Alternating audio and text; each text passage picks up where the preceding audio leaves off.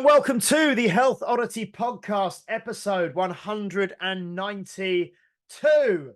We're getting up towards 200. We'll have to think what we'll do for 200. We're going to have to get a very, very, very, very special guest on for 200. We'll have to have a think about that. But we are here today. It is with Pete and myself. And we are going to kind of discuss and unpack and debrief from the fantastic weekend that we both had in Belfast last weekend with Paul Mcllroy on his kind of strength training masterclass, his 2-day workshop, which he spoke about a few weeks back on the podcast with us. We did a double episode with him talking about it, and we're going to kind of debrief and talk about that, what we've taken away from it. Because some things I know already. I mean, we came back from Belfast on the Sunday night. I've done 2 sessions this week already that I've kind of taken some of the bits that I learned from the weekend that I feel have made a bit of a difference. And I know Pete's done something the same. So yeah, we're gonna have a discussion around that.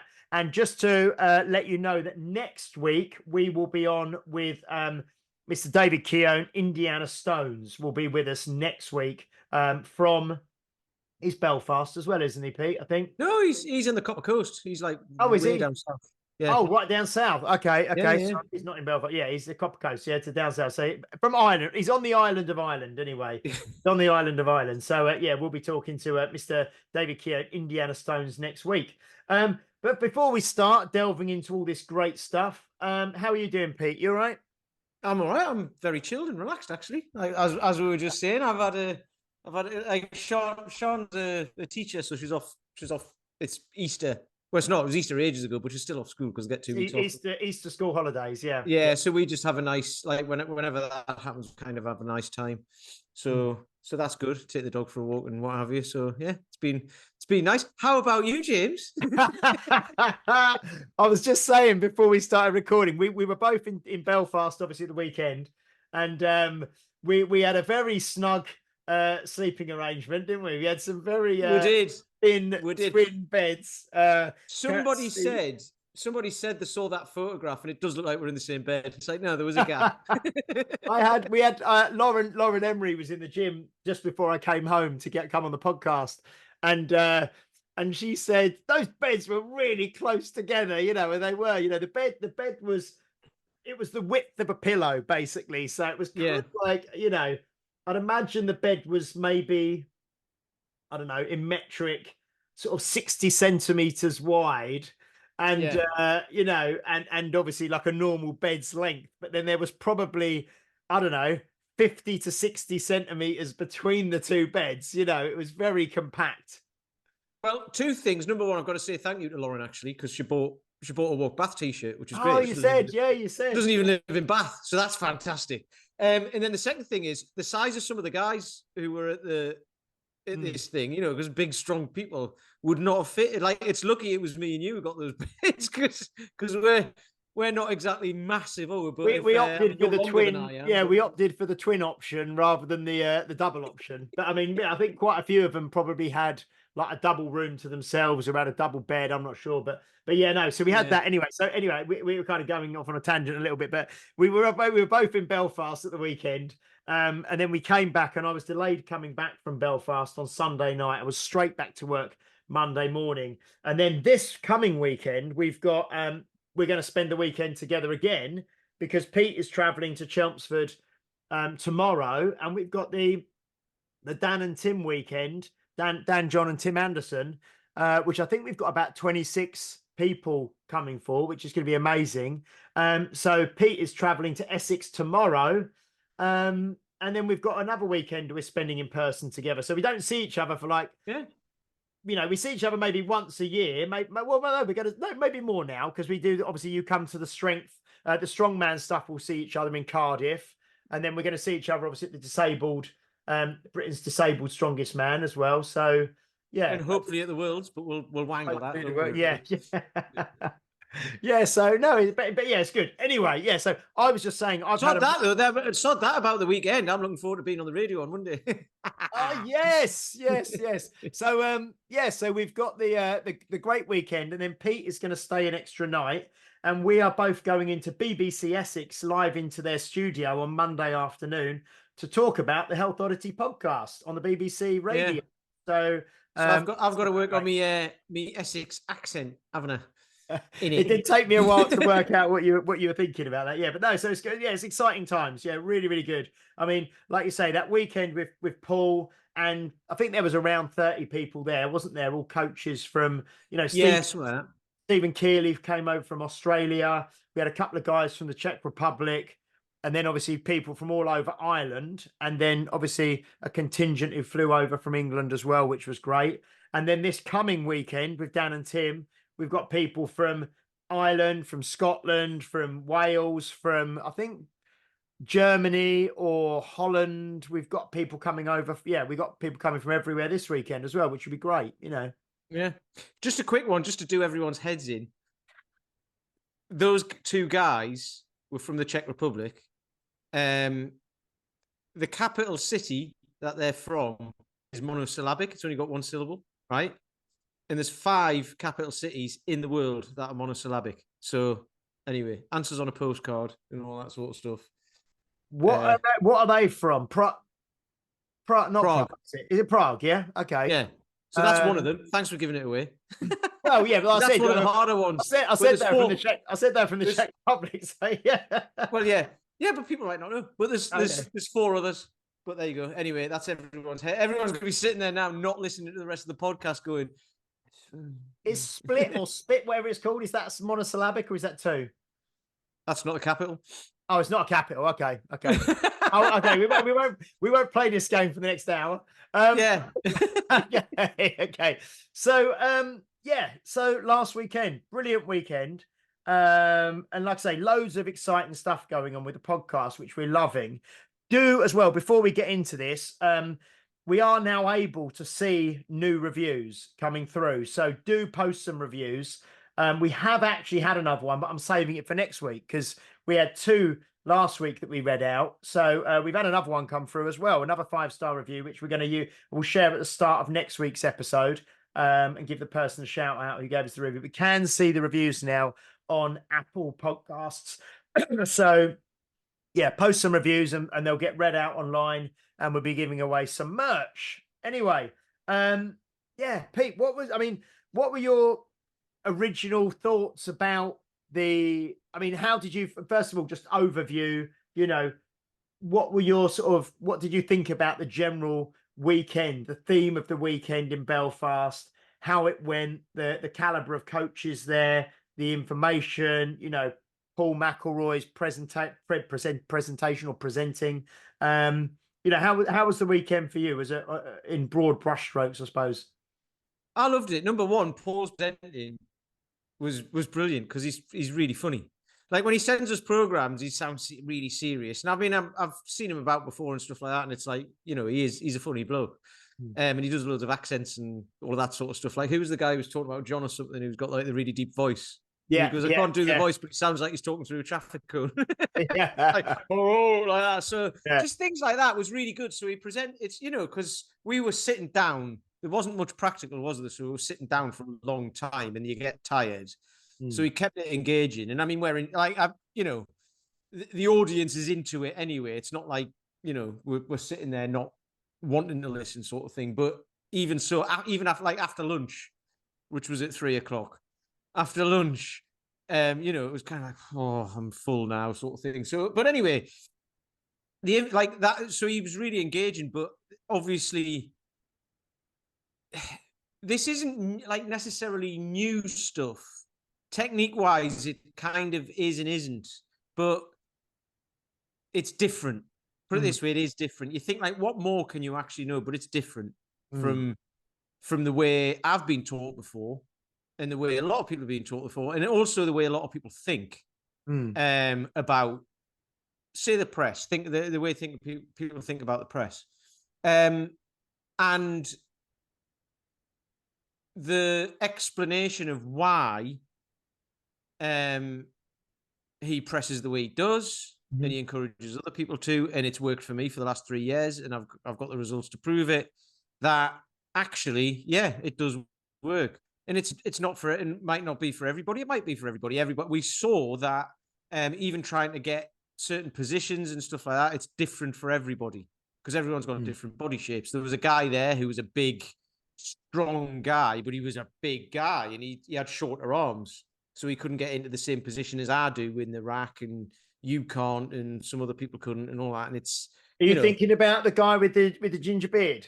yeah, I can't remember his name. He's I'm friends with him on Facebook. Yeah, I'm friends with him on Facebook now. He's a lovely guy. Yeah, he was a great bloke. Yeah, so but his rack position, if I try to do his rack, because he had massive lats, and massive triceps and short arms, didn't he? Yeah, remember so right? he just rested his arm on his lat. I can't do that because my lat's over here. So like just think little nuances like that, and I'm not going to say I didn't learn more, but I've been doing it for 3 years now, and Paul's been coaching me in it, so I knew quite a lot of it. But there was one little technique tweak he made on me, and that made everything easier.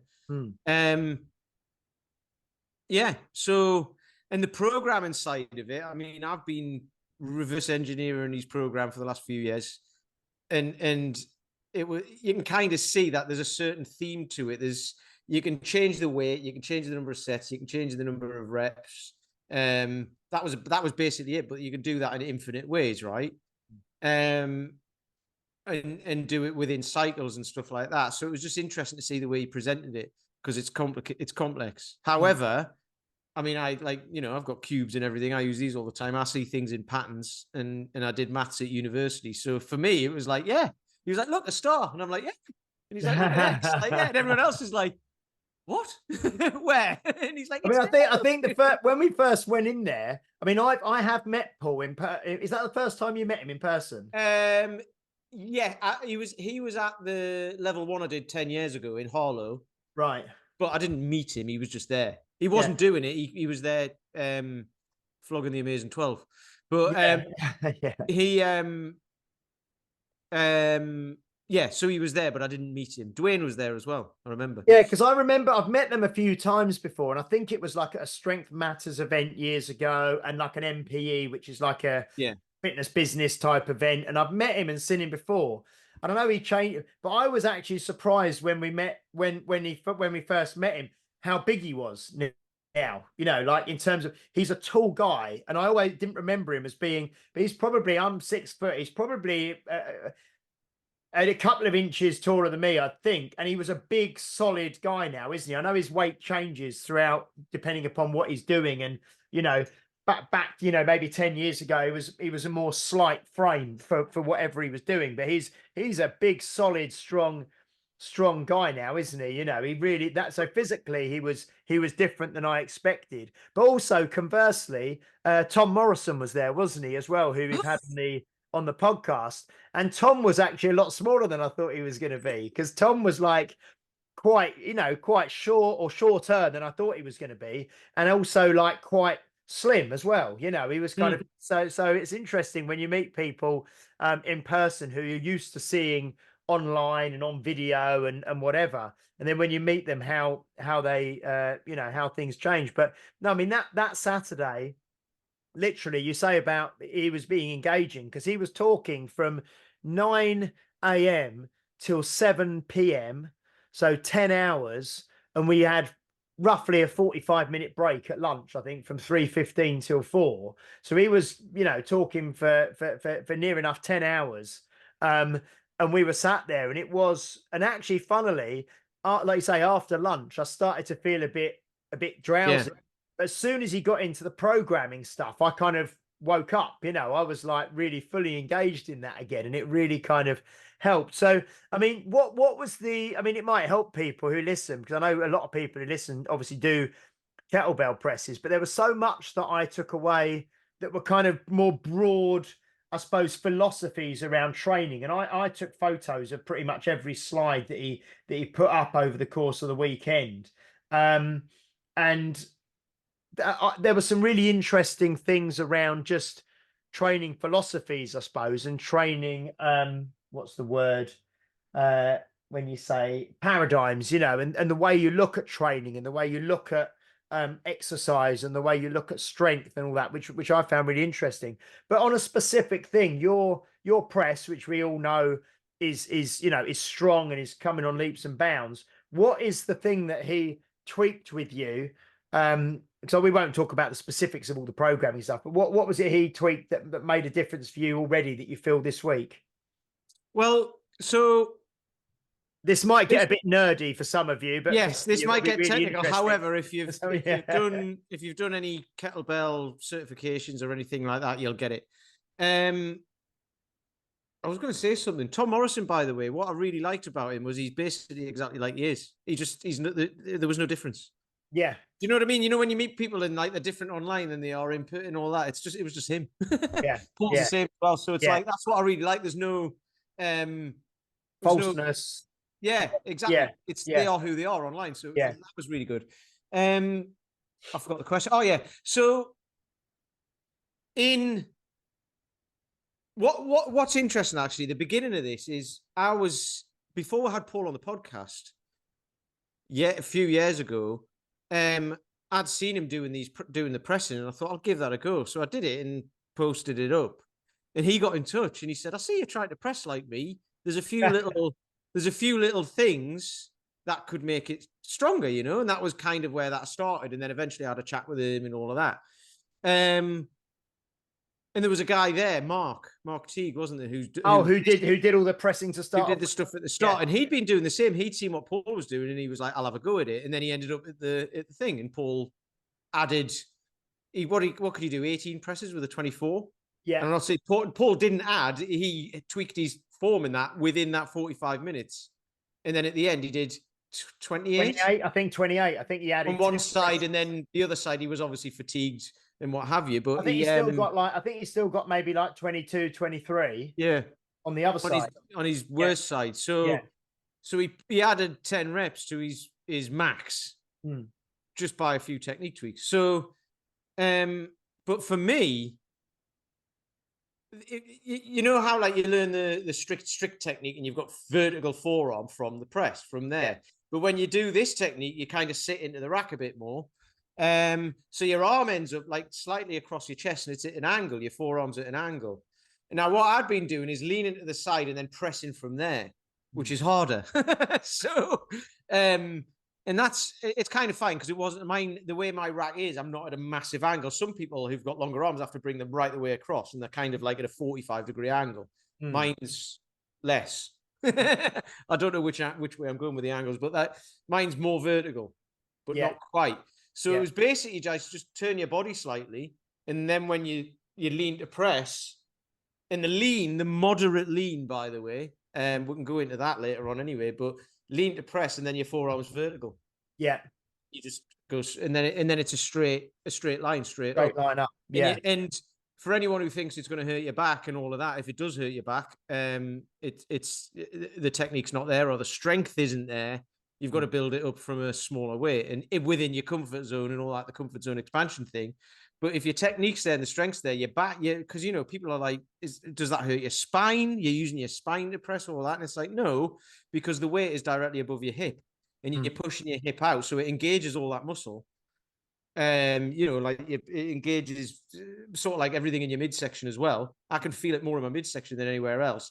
You do use your delts, your anterior delt. It is anterior. Yeah. I was thinking in Spanish because his anterior is back in Spanish. But anyway, I used to do Spanish a while ago. But like you rotate, and then as you press, your delt switches on. So that was the other thing of people thinking, well, you're using momentum to press the bell, and it's like, no, you've still got to press it from a dead start. It's still starting strength. So that one little tweak of that little rotation to get your arm vertical and go straight up, and I got 19 reps with a 32 just yesterday, actually. But that was like, I literally got out of bed about 20 minutes before, did a couple of presses with a 28, I did a couple of reps with a 32, and then I was like, right, I'll just have a go. And I did 19, which I've never done before.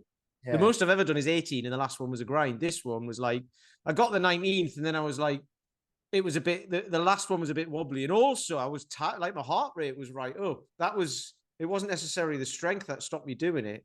My legs were tired and my heart rate was right up. So I was just like, I'll just put it down now. And 19 presses as well. We talked about this at the weekend, didn't we? Time under tension and time under load.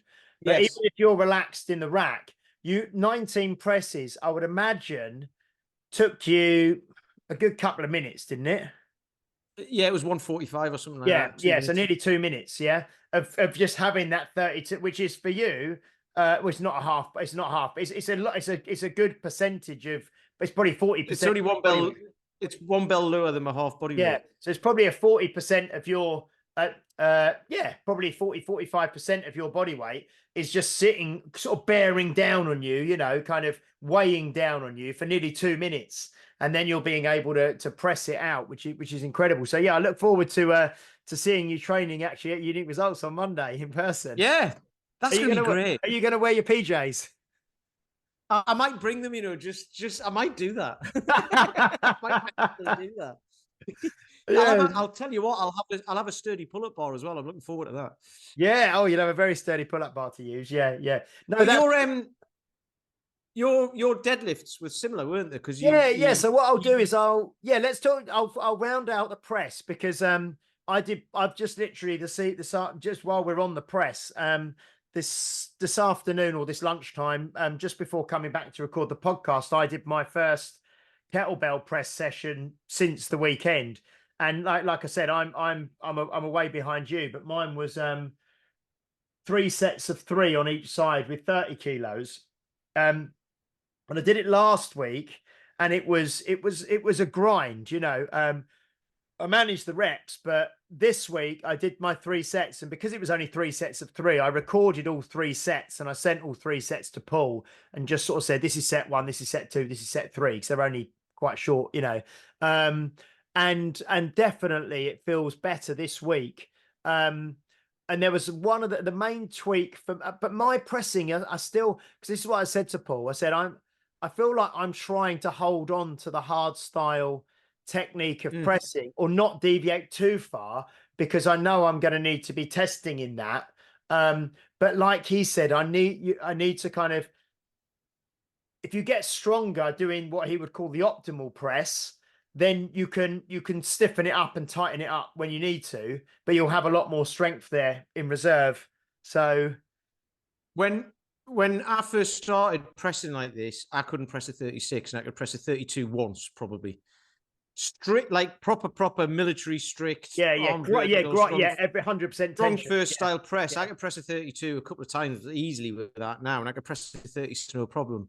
So it's definitely gone up.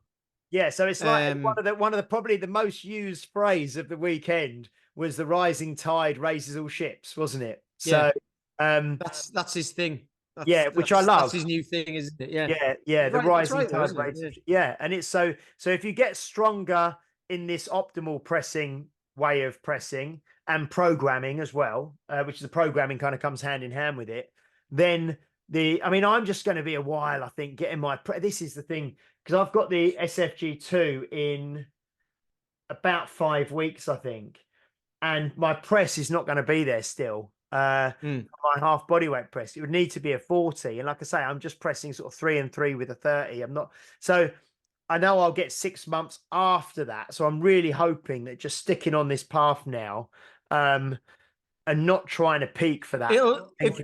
If you've got 6 months, I had 2 people who were over 50, but got them through their SFG2 online, with this technique by just doing volume with a 24 basically. I think the other guy used a 28 mainly, but just doing volume with that. One guy had to press a 36 and the other one had to press a 32, and he was in. And I think he came to me after he did the level one of them 2. Jed? Is one of them Jed or? Yeah, one was Jed, and the other one was a guy who was there at the level 2. So Jed, it's not Tony, is it? Yes, it was. Yeah. Okay. Well, it's only one name. No one knows. We're not. Yeah. We know who we're going names, but no. But we know who. No, but we know who we're talking about. It's fine. Yeah. But Jed nailed it because we'd been training for. He came to me with that goal, and he had 6 months or whatever, so it was fine. And Jed's just strong anyway. Yeah. And Tony was hit and miss with it, I think. And afterwards, he had 6 months to pass it, or whatever it was, or 3 months, or whatever. So we were using the 24 and just got him doing volume with that. And then and then he managed to press the 32. He had to press the 32, wasn't it? I remember that was Yeah, his weight. Yeah, yeah. and he was sort of, like, I think he was hit and miss with it, but mostly miss. And then we were doing the program, and then he said, "Oh, by the way, I've got like 3 weeks until I have to press this thing." And it was like, right. So I said, right. And Paul was talking about this at the weekend. So I gave his central nervous some leeway and just said, right. I think we just cut the I can't remember what we did exactly, but I think we just cut the volume and said, you're going to do 10 sets, but you're going to do 10 sets of 3 and just make it super easy. And then we'll build back up. Yeah. Because Paul was talking about that, wasn't he? The way these programs cycle. I mean, he gave us a 20-year program for God's sake, but the way the cycle, it's like, you build up, you get near your comfort zone, and then you just give your central nervous system some time off and go, right, I'm going to slash the volume by 50% or more. Yeah, and then up the weight. But so the weight's heavier, but only slightly. But but your central nervous system's like, and I've done this. When he does this, I'm on a new cycle starting Monday. So and every time that happens, I'm like, oh, thank God for that. You know what I mean? It's like a big sigh of relief, and it's like, oh, that's lovely. And you were saying that about, like, even with a 30 kilogram for 3 sets of 3, it feels nice. It felt better. It felt better. I wasn't, because when I started, I wasn't in the, we always talk about this, won't we? I wasn't in the mood to train today because I've done extra work. So I was at the gym at 5:45 this morning. I did a PT session. Then I did a 45-minute spinning class. Then I had 3 more hours of personal training. And I got to the, midday-ish and haven't eaten anything. I was a bit tired and I thought, I don't know what this is going to feel like today, but I'm just going to start. You know what I mean? One of those, and I just laid out all my bells, just literally from really light and just built up. And then I did my 3 sets of 3 on each side with the 30 kilos, and it felt much better than last week. So sometimes we always say it, don't we? If you don't feel like training, just get started. Just start doing something. Just get moving. Just start warming up. Because sometimes it's those sessions. It's like my deadlift session yesterday, I think it was, which again, I had a 45-minute gap between clients, but the volume was really low now. My yesterday, all I had to do was 3 sets of 2 deadlifts. And then one. But at what weight? 152.5. Which is kind of and when I started training with Paul, my lifetime PR was like 130. Yeah, exactly. So yeah, you're saying like it's low. It is low volume, but it's easy. It's easy volume at that at a weight that is like. And now it takes me less time. It takes me less time to warm up because all I do now is I put a 20 kilo plate each side of the bar, so 60 kilos, and I do 5. Then I put another 20 kilo, which takes it to 100, and do 5. Then another 20 kilo each side, which takes it to 140. And I think I did 3. And then it just went up to 152.5. Did my 3 sets of 2. And then he had me on the 13-inch. So you put like some bumpers underneath the bar to raise the bar off the floor a bit. And he said 155, just 1 set of kind of as many as you can, really. And I got 8. And the most I've ever lifted, my tested 1 rep max off the floor for 1 rep is 155. So doing like 3 sets of 2 with 152.5 and then a set of 8 off of the blocks, my 1 rep max is definitely higher. I think I need to, for my SFL, I'm going to need to deadlift probably 160 or 162.5, maybe, probably 160. So I'm kind of there, I think. But this is what he's doing with me now. It feels like he's brought the volume right down to 3 sets of 2, and the weights are ramping up, So it's, but I'm dealing with it, and my nervous system's already obviously ready for it, and I think I've got about another 6 weeks till I need to hit the number. Yeah, you have, because Jed's got to do the bench press. So it'll be the same. Yeah, and I think it's the week after the SF SFG2. So I think it's about 6 weeks. So I'm just going to keep following the program. This is a funny one. I was chatting to a member yesterday. I don't think he listens. His name's Paul. He's a lovely guy who's a member of the gym. And I've known him for probably 30 years. We were in the same, he was a little bit older than me, but we were in the same school and everything. But he's been a member of the gym since we opened, sort of 16, 17 years ago. And he's doing the tactical strength challenge, which is 3 weeks this Saturday. And I've got him doing the kind of deadlifts the way Paul does them. You know, like I've brought him now down to 8 sets. I'm gradually bringing the volume down, but he's doing like 8 sets of 3 or 8 sets of 4, you know.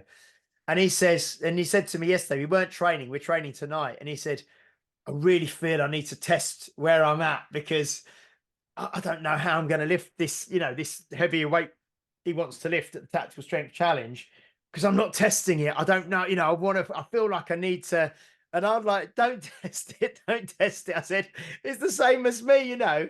And I use Paul's phrase, which I don't know if he uses it a lot, but he said it to me before. I've heard him say it, which is, you know, every session you spend testing your strength is a session you waste when you could be building your strength. You know what I mean? Absolutely. Yeah. Absolutely. He said that at the weekend as well. Yeah. Yeah. So I said that to him yesterday and then but he doesn't trust me. He doesn't believe, you know. Because it's interesting though, because that can go one of two ways, right? And neither of them help. Yeah. So you could get it, and that's great, but you've maxed out your central nervous system on that session. And you might be all right the next day or whatever, or the next session you do, but you're going to be fatigued because it takes a little while, or it takes a good while for your central nervous system to get over that, right? Or you go for it and completely miss it, and then you've got no chance because you're confident, your mental confidence is gone, your belief is gone. Yeah. So either way, there's no point in doing it. Yeah. That if you're gonna test, you test on the day. Yeah. It was interesting because Paul said something about powerlifting competitions as well. I mean, I'm not a powerlifter. I've never been in a competition or anything like that, but it makes perfect sense. And he said, you know, if you're in a powerlifting competition, you don't watch the other person, you don't watch the other people compete. Because if you're after them, you're watching them compete, you're watching what they're doing, you're mentally going over your deadlift in your head or whatever it is, deadlift, squat, bench, whatever. You're going over it in your head every time they do it. And that fatigues your central nervous system. So you might as well just not think about it, not do it, and then walk up and just pick the bar up off the ground, right? So, and that sounds... that would have sounded to me years ago like, nah, it doesn't make that much difference, but it all depends on how heavy it is, right? And if you're maxing out, it makes a huge difference. You need as much mental strength as physical strength. Like, you just need it. So it's similar to, you know, doing a shitload of reps before you go and test your max. Yeah. It's doing that with your brain. So it made sense. And I know when I got my 155 deadlift last time, I had not lifted anything heavier in training than about 115 or 120, I don't think. Do you know what I mean? But I've just been doing that volume and just doing the, you know, the 10 sets of 3, the 10 sets of 4, the 10 sets of, you know. And then when it came to when I did test it, it was like I just kind of gradually I think I just put maybe 120 on and did it once, 130 did it once, 140 did it once. Oh, that's gone up okay. 150 did it once, you know, 155. Whoa, bloody hell, you know what I mean? But I don't need, so I've got that, I suppose, that belief that you don't need to be training and testing right up close to your 1 rep max to, again, it's the saying, you know, the rising tide raises all ships. You know, if you're getting strong with 80% or 90% of your 1 rep max, then your 1 rep max is going up, you know, so you don't necessarily. Well, I said to, because I was doing cycling through like that with the reps up to sets of 10. I was only doing it for this is for the bench with Jed, but I was only doing 5 sets because he was getting tired. But he does loads. Mm. He's got a And, manual and he's job. a window cleaner, isn't he? So Yeah. So he's he's got a up and manual down job. ladders. Yeah. And he does Krav Maga like 20 times a week or something. He's Yeah. just like, honestly, he never stops. He decided to start cycling at some point as well. So so I had him doing 5 sets, but in exactly the same way, you know, and this is one of the things I should have asked Paul at the weekend, but I didn't. But then I know the answer. It's like, well, yeah, if you're doing 10 sets and it's killing you, you either drop the weight or you drop the number of sets, right? That's just the way it is. So we were doing, you know, cycling up the reps in 5 sets.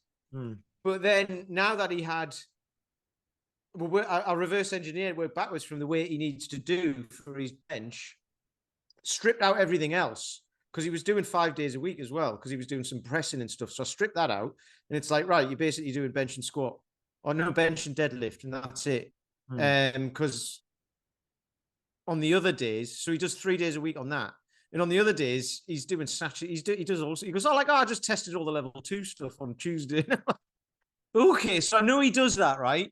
So I've got to manage that, like his fatigue, because he does all this other stuff. So I'm like, right, bench and deadlift. That's it. That's all I'm giving you to do. Anything else you do is on you. That's what I'm giving you to do. But then now what I've done is cycle up in the same way Paul, like I learned off Paul, is cycle up the weight. So you do more reps with a lighter weight. So say it's Monday, Wednesday, Friday, you do 5, heavier weight 4, and then lighter weight 3 on the Friday. And then you just move the weights up 1 and then move them up 1 again and move them up 1 again. So he's actually, you do the harder session is the more reps, because the heavier session is fewer reps, so it's less volume.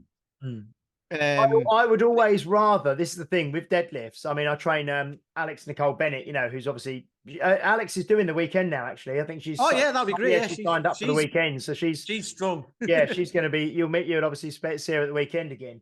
But we say, you know, especially deadlifts, if you're doing 5 sets or 10 sets of deadlift and it's 5 reps, I hate doing that. I'd much rather do heavier for like sets of 2 or 3. You know what I mean? So, but that's good because you do it's all psychological, isn't it? Because you do the sets with the higher reps, and then it almost feels like a break or a relief when you do the sets with the lower reps, even though you're lifting heavier weights. So exactly. And the fact is, he's only got to do 1 rep.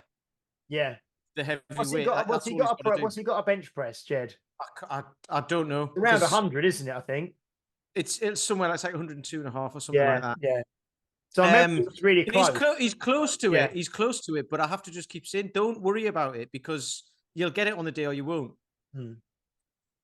All of this stuff that we're doing will get you closer to it.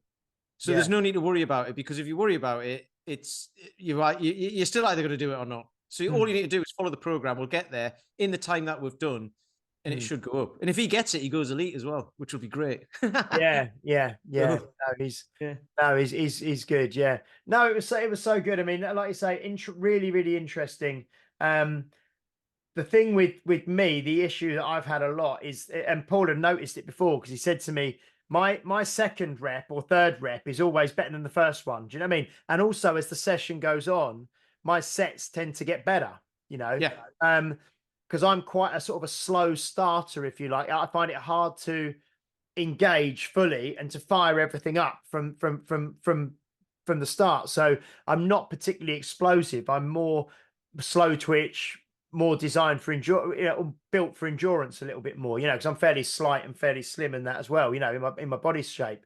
So it's just finding ways that I can, if you're going for like a 1 rep max deadlift, you need to kind of switch everything on for that 1 rep max, for that 1 rep, you know. So it was just, he gave me that little technique to hitch my hips up and then drop. And I've kind of been doing that this week, and it does help, because I do see, you know, strong men do that, you know, you kind of, you almost stretch the hamstring, then you drop, then you come back up. So you're creating that stretch reflex almost. So you almost, he said it was, because obviously when you deadlift, you don't get the benefit of an eccentric to switch everything on before you go concentric. So a squat, you obviously unrack, you feel the weight at the top, and then, you know, I'm going to go down with it, I'm going to come up with it. A bench press, you unrack it, you've got straight arms, you feel the weight, you come down, then you go back up. But with a deadlift, starting from the floor. So it was almost in a way, Even it's funny because even on a kettlebell press, it's the same, or like a press, it's the same yeah, because you got the bar on you, so you get the stretch before you yeah, press. That yeah, without actually doing like a down and drive, but it's the stretch is already in the muscle, isn't it? Because yes, it's there. you're kind of But with a deadlift, it's preloading. not. Yeah, Yeah. yeah, preloading. But yeah, with the deadlift, you're not. So it was almost he's trying to get me to almost create a bit of a false negative, a false eccentric for the nervous system, you know, so that Yeah. I go up, down, and then boom, and then up, you know, and it's felt pretty good actually. I mean, I've only done it twice, What but what was funny on the day though was you were going up, down, and then waiting, and he was like, "Right, stop."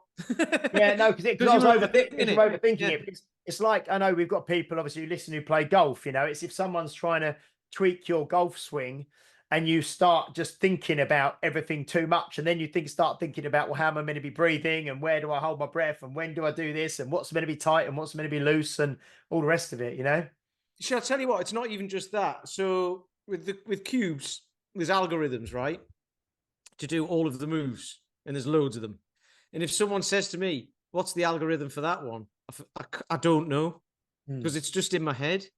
And then if I try to do it, I'll go right. I'll go, it's this, digga digga digga, and then Hmm. it'll be like, right. So slowly, it's this, and I'm like, oh, I've forgotten because I Yeah, just yeah, it's just it comes naturally. So that's the thing. If you overthink, obviously you need to a little bit, which is what Paul also said at the weekend, and what's been my experience is if you change your technique, you're going to get worse.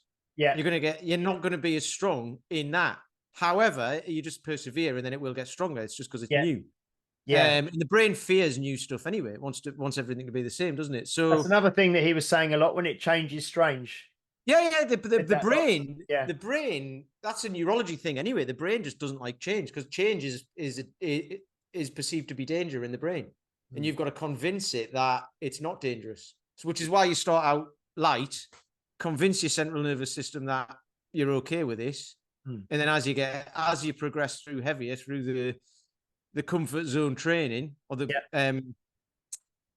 Yeah. within comfort training, then your brain's just like, what's comfortable is perceived differently. Hmm. But what was interesting was he said about squats Hmm. is you're going to have to change your perception of comfort because squats are never comfortable. But he did. He said squats and deadlifts, didn't he? He said squats and deadlifts are never comfortable. Yeah, But and he's right. because yeah, they're whole body systemic exercises, aren't they? You know. So Because I've thought that doing pistol squats, I'm like and I know he's not, but every now and then I get a session. I'm like, is he full of shit here? Because this is really hard. But it's because pistol squats are hard, right? It's a yeah, big old.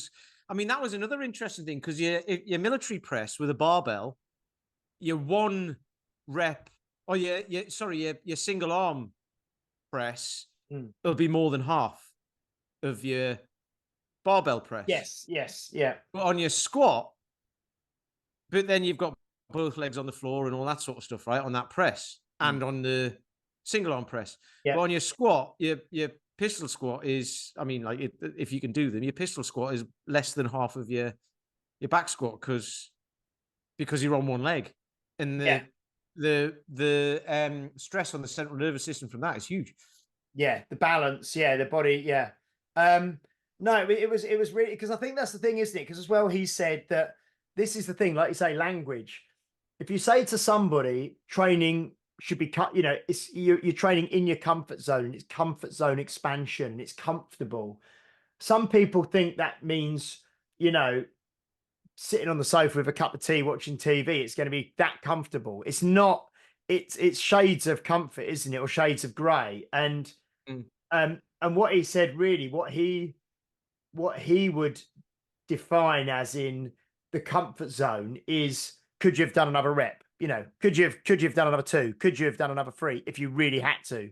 It's not saying it's going to be easier, it's going to be comfortable doing it, but could you have done more? You know, and that's Yeah. and that's why the thing is, he doesn't ask us when we do stuff for RPE or what was the RPE on this? How hard do you feel? He just watches the video and he can see, oh yeah, he could have done more than that, or could have done another one there. Could have, because the thing is, it's always the way as well. When I know this is probably the same for you, I'm sure. When I do something like a deadlift or a kettlebell press or whatever, pull-ups, it feels like it's slow. It feels like it's a grind. It feels like it looks hard. But then you watch the video and you're like, actually, that moved a lot quicker than it felt, or that looked a lot smoother than it felt, because it feels hard to you. But then you watch the video and you think, actually, that looked fairly comfortable. You know, it's really weird, isn't it? We honestly, we're gonna do another hour now. No. No, I've got to go back to work in a bit. But definitely, this is because I've learned this by getting people to like doing coaching in the same way, getting people to send the last set and all that, and they'll say, "God, that was really hard," and you look at it and you go, "Yeah, but it wasn't." That's your perception, but if you look at the video, it's not. But if I could send like you or anybody a video of what's going on in my head, yeah, not the movement of what's going on in my head, it would look way hot. It would be like, Jesus Christ, you want to stop doing that? You're going to die. That's what your brain thinks, right? But you're not, because it's actually relatively easy. And then when you watch, like you say, you watch the video and you're like, that's not how it looked to me in here. Yeah, so not how it felt. Yeah, that doesn't. But that's where the benefit of an experienced coach will look at it and go, no, this is why you're not getting to where you want to be, because you're stopping well within comfort. Before you even reach anywhere near the edge of your comfort, you're stopping, or you're cycling back, and you're saving yourself because that's what the brain does. Someone else's brain will see it differently, especially with the benefit of experience and what have you. And I've started videoing a lot of the clients, my clients, as I train them, and showing them some, just in the middle of the session, just recording a set and showing them it and saying, look at this. This was really good. Look, this looks, and they usually look at it and they say, oh God, that actually looks really good. Actually, that looks, I've been doing loads of press ups with people this week and using that, patent pending slant board, that I've got. Yeah. And the JSP slant board. Patent pending. And but people, they're really getting nice and deep and they're pressing up and it looks lovely. And they watch themselves and a lot of the time they're quite surprised. They're quite like, oh yeah, that looked good actually. That looked really quite good. It doesn't look as good as, it looks much better than it feels, so they look at it and they actually, that is really good. So yeah, no, it's fascinating. And I suppose, we will wrap up in a minute, because I say I'm back at work and stuff, but no, it's interesting. And that I think is the thing, that we were there all weekend. So Saturday was a 9 to 7 day. Sunday was a 9 to 6 day, wasn't it? Well, you had to leave a little bit early. I buggered off at 4:30, so I don't know. You had to get a oh, it made me laugh when I was at the airport about 8:30, and you said, "Is it finished yet?" Yeah. Are you done yet? Yeah. So it finished about 6, 6:15, something like that. So they're 2 long days. It's a 10-hour day and then a 9-hour day. But what I found great was the caliber of the instructors and the trainers there. We were all there to learn, and that's having that forever, that eternal student mindset of, you want to learn, you want to we spend a lot of money on these weekends. Last weekend, flying to Belfast, wasn't a cheap weekend. Stayed in the most expensive Ibis hotel I've ever stayed. Everywhere, we've said this, and everywhere in Belfast is expensive. I was just talking to Lauren about that earlier as well. There's nowhere you can stay cheap. But so if you think about it, the cost of the course, the flights, the hotel, and it was £1,000 weekend probably. Including food and bits and pieces.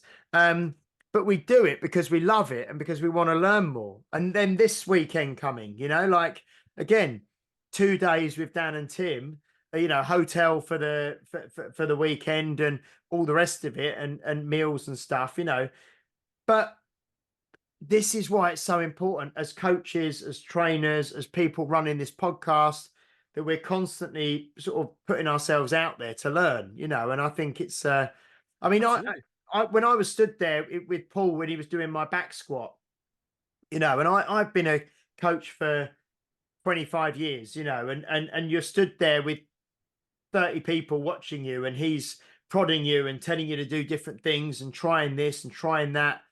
It's putting yourself right out there to be, picked apart and to be tweaked and to be improved, but it's so important, I think. I'll tell you what. Firstly, I'm really glad that both these weekends are back to back. It's like, oh, that's just like, oh, brilliant, yeah. But um, there was the guy there. I can't remember his name. The guy who was only there on the second day from Manchester, and he could do like a 220 kilo back squat. Oh, yes. Yeah. 270, I think. Was that his deadlift or back squat? Anyway, it was. Oh, sorry. Deadlift was 270, It was funny because he mentioned it all, didn't he? And everyone went, "Is that in pounds?" He was like, "No, kilos." Yeah. But Yeah, even him, he was breathing into his chest rather than into his belly, wasn't he, to do the squats? So Paul was like, because Paul was prodding his ribs, wasn't he? Going, breathe there. And he was like, I am. He was like, you're not. You're breathing up here. He goes, breathe. He goes, that's it. And he goes, right, imagine how many kilos that's just put onto your back squat now. So that was really interesting because he's obviously clearly experienced and ludicrously strong. Yeah. And there was something else I was going to say, but I can't remember. But yeah, so that, oh no, and you just saying, you know, you've been coaching for years and stuff like that, but there's always, it's like driving, isn't it? You pick up bad habits. You look at the highway code and you go, nah, that's not how you do it. You know, I've not got any kids. You'll probably experience this, won't you, in the future? But like, no, I know the highway code. You don't do it like that. It's like Monopoly. Everyone's got different, every family have got different rules for Monopoly and things like that, haven't they? It's like, yeah, they're the rules, but this is how we play.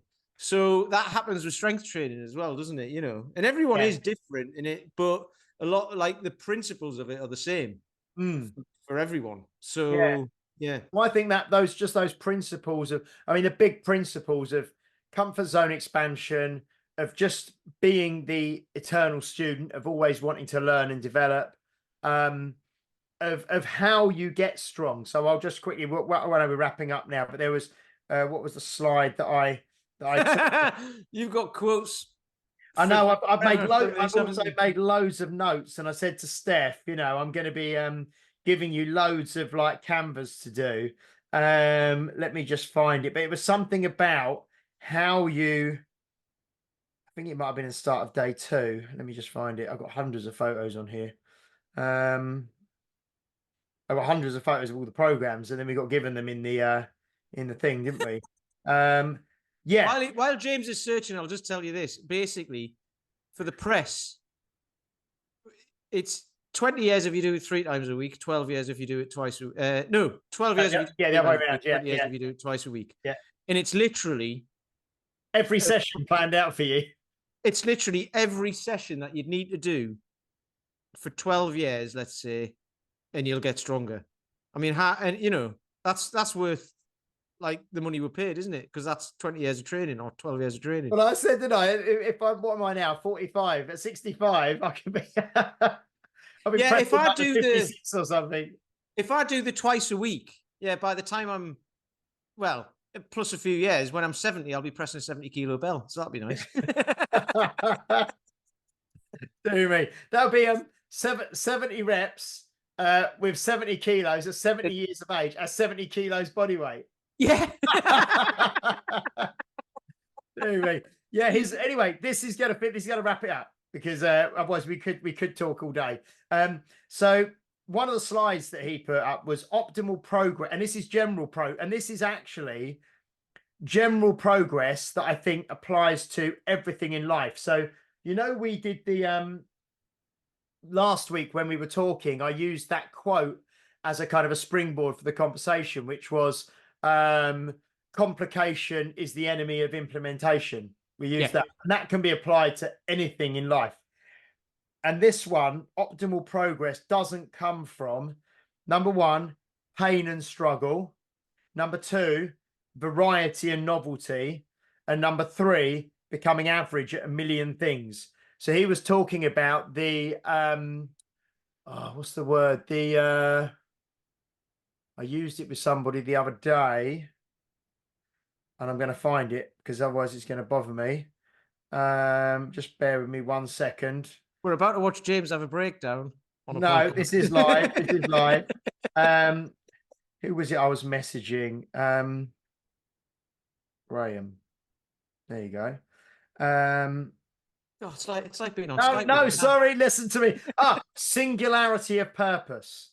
Yes. He was talking about, you know, having that, I suppose, focus, keeping the goal, all those things that we speak about all the time, you know, not becoming average at a million different things, having that singularity of focus, setting your kind of target on something, and then having the courage, the persistence, the resilience, and I suppose the strength to follow it through, you know, and not to be distracted by the latest program or the latest fad or shiny object syndrome, you know, just to Yeah. actually have that singularity of purpose. And that's what it would take to press twice a week or 3 times a week for the next 20 or 12 years following a program, and not like we said earlier, not constantly feel the need every month. Oh, I'm going to test it. I've got to test what my 1RM is. I've got to test it because, as we said, we'll finish with this one. You know, the rising tide raises all ships. You know, you just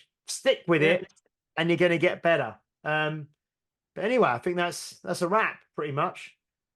There you go. Yeah. Bosh. Right, guys. So thank you so much for listening, for watching, for, you know, we're picking up new people all the time on this podcast now. It's fantastic. So it's great. And it's great. We're getting these new Apple reviews coming, which is great as well. So go to Apple Podcasts, leave us a review. And in anywhere from 7 to 21 days, we'll be able to read it. We haven't quite worked out how long it takes, but they do take a while to come through. But please do like, share, subscribe, leave a review if you're leaving or watching on a platform that allows you to do so, but specifically Apple Podcasts will be brilliant. And also subscribe on YouTube if you don't already. That will really help out as well. We will be back next week for episode 193 with David Keown, aka Indiana Stones. We'll be back with him. And I'm sure we'll probably have a little chat about the weekend that we've got ahead with Dan and Tim this weekend, which is fantastic. But we do really appreciate you guys listening every week. I mean, that was a little bit technical in parts today, but I'm sure some of you got a lot out of it. And those of you who didn't may have stopped listening and may not even be listening now. So it's fine. But next week's going to be back with David Keown, Indiana Stones. Until then, bye-bye.